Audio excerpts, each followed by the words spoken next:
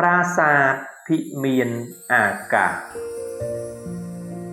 ប្រាសាទភិមានអាកាសជាប្រាសាទមួយ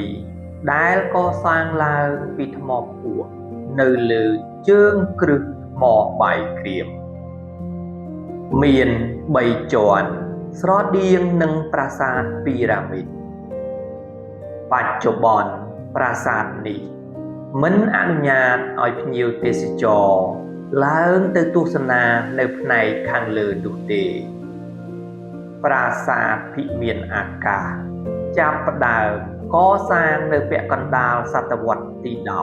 10ប្រាសាទនេះអាចចាត់ទុកថាជាទីបូជានៃព្រះរាជវាំង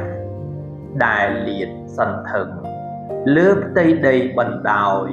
581ម៉ែត្រនិងទទឹង242ម៉ែត្រមានស្រះទឹក2នៅលើជើងប្រាសាទគឺស្រះប្រុសរាងតូចបន្តិចនិងស្រះស្រីរាងធំហើយសិលាចារឹកហៅស្រះស្រីនោះថាសិលាតដាពោលគឺស្រះថ្ម